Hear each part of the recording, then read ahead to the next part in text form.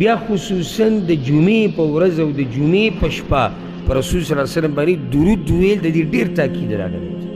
جمعې شپه او د جمعې ورځ ډېر تاکید راغلی دی چې په رسول صلی الله علیه وسلم باندې به درود وي.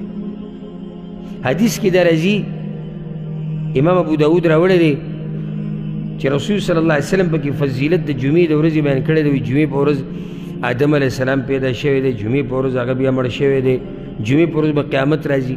فاکثروا علی من الصلاة فیه، د الله پیغمبر وایي نو د جمعې په ورځ په ما باندې درود ډېر زیات وایي. نن د شپه ده او سبا یې څه ده؟ ورځ ده. نو چې څومره درود ویلی شي وایي، څومره درود ویلی شي